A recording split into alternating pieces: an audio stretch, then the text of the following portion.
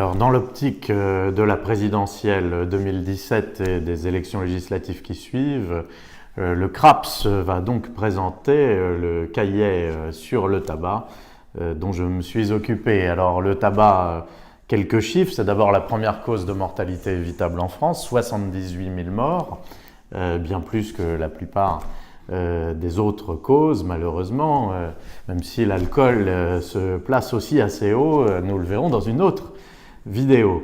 En plus de ces 78 000 morts, sont des maladies très graves, avec évidemment des conséquences dramatiques pour les patients, mais pour leurs familles et leurs entourages. Ce sont un nombre très important de cancers, les maladies respiratoires, les maladies cardiovasculaires, et puis même d'autres troubles assez nombreux.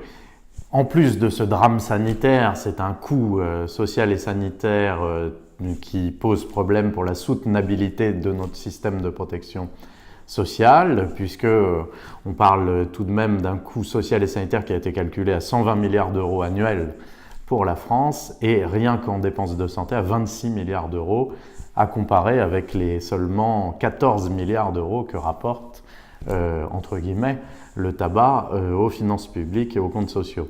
Donc le tabac tout seul est une des grandes sources de déficit de l'assurance maladie.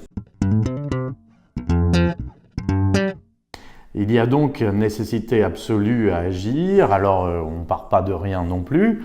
Il y a évidemment au niveau international, européen et français des dispositifs qui ont été adoptés, et lors du précédent quinquennat, enfin de l'actuel quinquennat, il y a eu notamment le programme national de réduction du tabagisme avec par exemple la mesure emblématique du paquet neutre. Mais il s'agit de réagir puisque première cause de mortalité évitable, coût social et sanitaire dramatique, et on demeure en France avec une prévalence très élevée puisqu'on a encore 32% de fumeurs réguliers. Ce qui est une des prévalences les plus mauvaises dans toute l'Europe, et on a même le record européen, par exemple, pour le nombre de femmes enceintes qui fument pendant toute leur grossesse, qui reste à 20%. Donc si on prend tout cela, il est plus que temps d'agir. Or, les moyens sont connus, il y a des études par centaines, il y a des expériences internationales, si on parle de fameux benchmark, n'est-ce pas, qui existent aussi. Et alors, il y a plusieurs priorités. La première, c'est la taxation. Et depuis 2013, on est dans un quasi-plat sur la taxation du tabac, mis à part très récemment une petite hausse sur le tabac à rouler et sur les premiers prix d'appel des cigarettes. Or, il est prouvé que dès qu'on augmente de 10% les taxes sur le tabac, on a 4 à 5% de réduction de la consommation. Donc il faut absolument renouer avec ça, et non seulement des hausses élevées, mais des hausses régulières. Un objectif pourrait être de porter le paquet des cigarettes à 10 euros, ce qui serait un seuil évidemment psychologique important et qui pourrait réduire la consommation de manière tout aussi importante. Il faudra aussi harmoniser ou rapprocher en tout cas la fiscalité des autres produits du tabac, et notamment le tabac à rouler qui sert de produit de repli ou de substitution. Ça, c'est vraiment la priorité numéro 1 et documentée par des centaines d'études scientifiques comme l'arme fatale en quelque sorte contre le tabac. La deuxième priorité, ce sont les contrôles, puisqu'on a en France, mais ça vaut pour beaucoup de domaines, une législation extrêmement complète sur la lutte contre le tabagisme.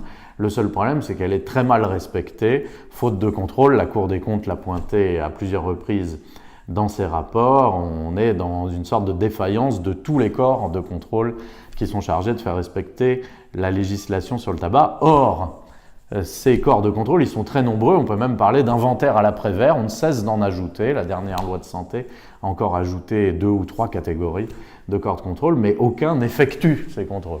Par ailleurs, lorsqu'il y a des poursuites, il faut bien voir que le parquet est aussi complètement aux abonnés absents, soit par l'absence d'engagement de poursuite, soit par l'absence de réquisition. Donc il y a là besoin tout simplement, pour les futures autorités gouvernementales issues des élections, de remobiliser ces corps de contrôle. Ça peut passer par l'adoption de circulaires, par exemple, qui les mobiliserait, et dans le cadre pour les magistrats du parquet, par une circulaire de politique pénale qui serait prise par le garde des Sceaux. Ça, c'est vraiment la deuxième priorité. Rendre effectif ce qui existe, tout simplement. Ce n'est pas la peine d'inventer sans arrêt de nouvelles règles si on ne les applique pas. Sinon, on n'a qu'à vendre notre législation qui a peu servi finalement. Troisièmement, important, c'est l'interdiction de fumer et les espaces sans tabac, puisque malheureusement, alors que nous sommes plus de 25 ans après la loi E20 de 1991, on a encore des résultats qui sont assez mauvais, puisque vous avez par exemple 15% des salariés qui ont été confrontés à la fumée sur leur lieu de travail au cours des 30 derniers jours. Le chiffre atteignant 40% des clients des discothèques, par exemple.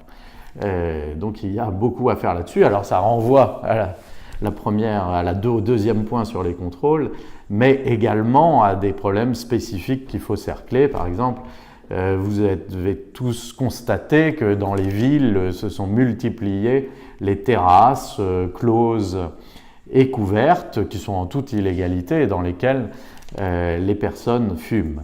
Alors, on a eu beau gagner en cassation, la loi est très claire, mais ça ne bouge pas. Donc, il va être sans doute nécessaire d'aller plus loin et d'interdire, y compris dans les espaces extérieurs de ces établissements, le fait de fumer. On a aussi le problème des établissements scolaires. Et les établissements scolaires, on a vu toute la dynamique de réintroduction de zones illégales où les gens fument dans les établissements scolaires. Là encore, nous avons gagné en justice devant la juridiction administrative, mais il y a encore des cas.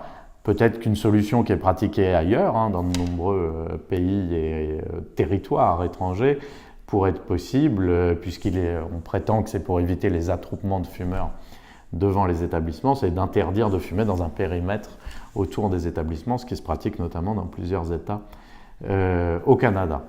Le quatrième point fondamental, c'est la prévention. Elle était sous-financée en France, puisque la Cour des comptes l'avait noté, il y avait seulement 0,08 € par an et par habitant. Or, aucune expérience ne marche à moins de 5 $ par an et par habitant, et jusqu'à 30 $ par an et par habitant. Alors, le fonds de prévention qui a été créé très récemment par le gouvernement et le Parlement français va dans une bonne direction, mais il faudra que le pouvoir issu des urnes le pérennise tant dans son financement que dans son ambition.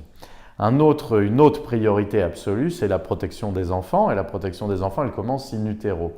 Je vous le disais tout à l'heure, 20% des femmes enceintes, record d'Europe et un record dont on se passerait, évidemment, fument pendant toute la durée de la grossesse. Or, les conséquences sur l'embryon et le fœtus et les conséquences post-natales sont très graves sur le plan de la santé publique. Là encore, il y a des mesures vraiment de bon sens. Par exemple, rendre obligatoire l'insertion d'un cursus de tabacologie dans les études pour les professions de santé, rendre aussi obligatoire la présence de consultations spécifiques de tabacologie dans les maternités, pour prendre ces deux exemples. Beaucoup de sages-femmes sont formées à la tabacologie, mais elles n'ont pas de temps à lui consacrer. Donc voilà des mesures simples. Il y a aussi la protection, bien sûr, des enfants dans leur espace privé, en quelque sorte, ou social aussi. Alors il y a déjà des avancées, puisqu'on a interdit de fumer dans les aires de jeu, par exemple, et dans les véhicules en présence d'enfants, mais bon, peu respecté. Si vous avez des enfants, vous pouvez le constater tous les week-ends en les amenant au parc. Et là encore, il y a une problématique.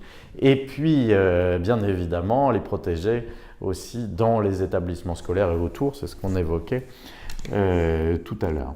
Mais il y a aussi la protection au domicile, et ça passe évidemment par des actions de prévention auprès des parents pour qu'ils comprennent les conséquences du tabagisme passif et ultra passif. Autre problématique essentielle, évidemment, c'est l'aide à l'arrêt. L'aide à l'arrêt, puisqu'on ne peut pas laisser les fumeurs en disant on va s'occuper que de prévenir le tabagisme et tant pis pour ceux qui fument déjà.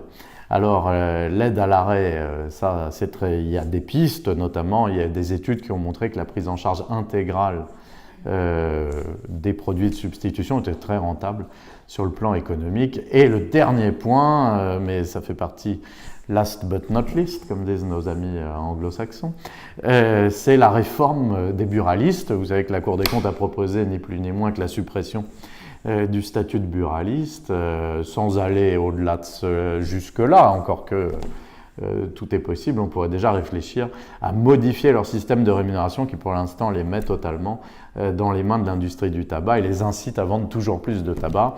Il y a des pistes de réforme qui sont précisément dans ce cahier du CRAPS que je vous invite tous à lire et que j'espère tous nos candidats à la présidentielle vont méditer.